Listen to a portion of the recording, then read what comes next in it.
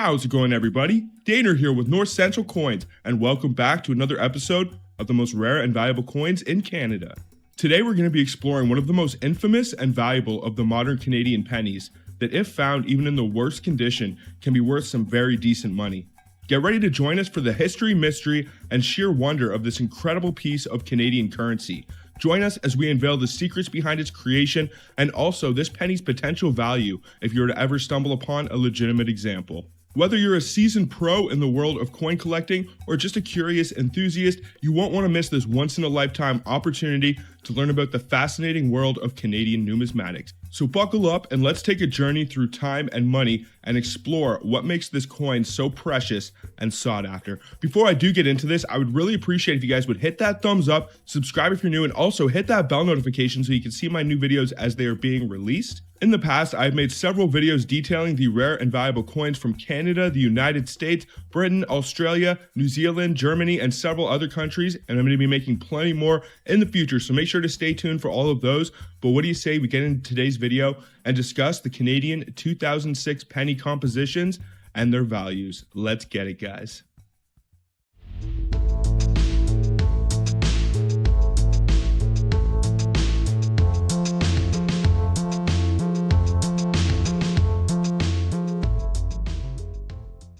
In the year 1996, the Royal Canadian Mint changed the composition of Canadian 1-cent coins due to the increasing price of copper. They started testing new coins made of steel and using a new production method called multiply plating, which combines nickel and copper layers over a steel core. This method was also used for coins in other countries. The Royal Canadian Mint is innovative and offers a solution to save money without compromising quality. Coins produced with this method had a P added below the Queen's bust from the year 2001 to 2006, which was later replaced by the Royal Canadian Mint logo in the year 2006.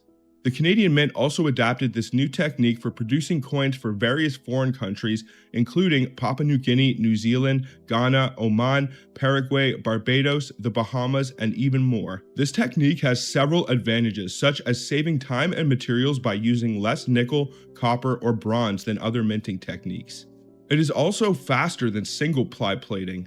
Additionally, nickel plate resists tarnishing better than cupro-nickel and ferritic stainless steel. The multiply plating technique also provides heightened security by customizing the thickness of each copper and nickel layer to create a unique electromagnetic signature, which prevents vending machine fraud. So between the years of 2000 and 2006, it was quite an experimental time at the Royal Canadian Mint for Canadian pennies, and because of this, 6 different varieties were actually created for the Canadian 2006 penny, and amongst those, there is a Holy Grail penny that can be worth crazy amounts of money. In the past, I've discussed some of the Holy Grail coins that have been discovered or that you can actually find, but there are a few modern coins that are as rare and valuable as the 2006 P non-magnetic Canadian penny. The thing about this coin is that you actually have a decent chance of finding one of them if you hunt pennies regularly. I have actually heard of Canadian coin roll hunters stumbling upon this rare gem. It is honestly one of the most well-known and looked for pennies in Canada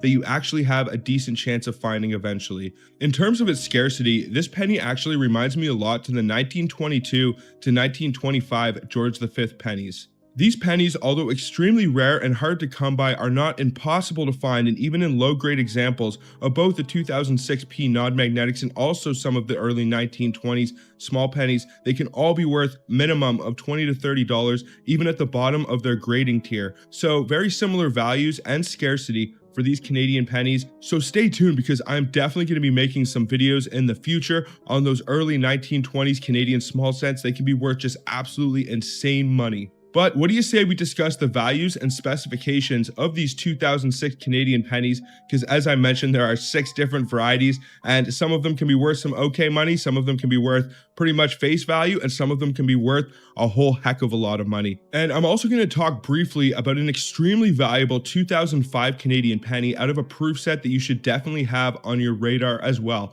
So let's get into the values of these coins. I'm going to start with these 2005s because they're actually a little bit easier. Now, in terms of value, the 2005s are not too rare or too valuable, at least to find the business strikes or circulation examples. But there exists an extremely rare and valuable variety for the 2005 Canadian pennies, and it is actually a proof strike, and that is the 2005 P non-magnetic Canadian proof penny. Now, just to give you guys an idea of the values of the 2005 Canadian pennies, the 2005 regular Canadian proof strike, so no P mint mark, is worth around $1.95 for a PL64 example and can be worth around $40 for a PL67. The 2005 P from the proof sets, the magnetic example, is worth around $1.45 for a PL64 and can be worth all the way up to $32.90 for a PL67. And then we have the 2005 P non-magnetic. Now, this thing is a holy grail. Your chance of finding it in a coin roll hunt is pretty much slim to nil, but never say never. I have seen much crazier things happen. Your best chance of finding one of these 2005 P non-magnetic Canadian proof pennies is to carry a magnet around with you, go to coin shops, flea markets, maybe check Facebook Marketplace or Kijiji and look for 2005 Canadian proof sets with P mint marks. And basically you just got to throw that magnet onto the penny. And if it doesn't stick to the penny, you might have a holy grail coin that can be worth $1,150 for a PL64 and all the way up to $3,290 for a PL67. This is one of the holy grails of the modern Canadian pennies. There were very few examples struck, so definitely keep your eyes out for 2005 P proof sets. And if you have a magnet with you, maybe just give that penny a little tap, and if it doesn't stick, then you might have a jackpot on your hands. All right, so what do you say we start going through the 2006 pennies? I'm going to discuss the compositions as well as some of the identifying factors of these pennies, so that way you can find the ones that are worth good money, because there are two of the 2006 pennies that can be extremely rare and valuable. So the first one that we are going to discuss is not going to be one of the rare ones, and that is the 2006 with a P mint mark, and this is a magnetic example. So to identify this, you want to flip over to the obverse and look for a little P mint mark under the bust of the queen. It will also have a magnetic steel planchette. Now, in terms of value, it's worth around 5 cents for an MS60, so pretty much worth face value at the bottom of the MS scale, maybe slightly more. And this one can be worth $73.70 for an MS67 example, which is an extremely high grade example. Now, next up, we're actually going to discuss the rarest and most valuable of the 2006 Canadian pennies, and that is the 2006 P non-magnetic. So basically, to identify this one, you want to flip over to the obverse of the coin and look for a little P mint mark under the bust of the queen. This coin will have a non-magnetic copper planchette. Now, one of the great things about the rare 2006 pennies that also makes them one of the most searched for pennies here in Canada when it comes to coin roll hunting is that they actually have a pretty decent value on the low end.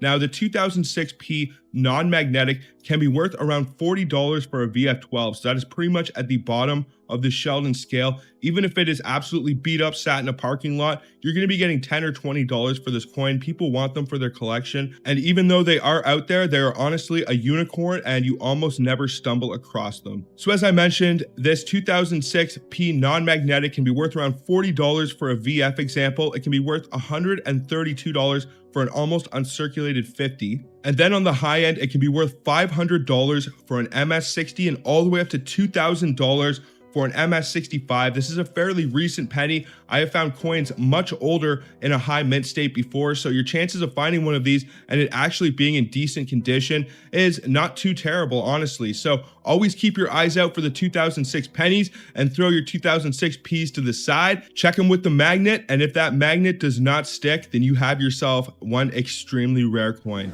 Now, next we'll get into the 2006s with the Royal Canadian Mint logo. Now, there is a non-magnetic and a magnetic. Neither of these are particularly rare or valuable. The first we will discuss is the 2006 non-magnetic with the Royal Canadian Mint logo under the bust. To identify it, you want to flip over to the obverse, look for the Royal Canadian Mint logo under the Queen's bust, and this will have a non-magnetic copper planchette. In terms of value, it's worth around 10 cents for an MS60. It can be worth up to $45.30 for an MS67, which is an extremely high grade. And then we have the 2006 Royal Canadian Mint logo with a magnetic planchette. To identify this, you want to flip over to the obverse, look for that Royal Canadian Mint logo under the Queen's bust. It will have a magnetic steel planchette, and it can be worth around $1.95 for an MS60 and around $177 for an MS67. So this is definitely the rare of the two varieties. And it may be a good idea to pull a few of these to the side. If you're a coin roll hunter, the 2006 Royal Canadian Mint Magnetic seems to be the rare and more valuable of the two. And the last two varieties for the Canadian 2006 pennies that we are going to discuss today are the 2006s without any mint marks. Now, just like the previous 4 pennies mentioned, there is a magnetic and non-magnetic example for the 2006 Canadian penny with no mint mark. The rare one of the two is the 2006 magnetic. First, we'll discuss the 2006 non-magnetic. Now, to identify this, you want to flip over to the obverse of the coin, and there will be no P or no logo of the Royal Canadian Mint mark under the Queen's bust, and it will also have a non-magnetic copper planchet. In terms of value, it's worth around 5 cents for an MS60 example, and can be worth around $47 for an MS67. So very similar prices on the high end for the more common of the 2006 coins.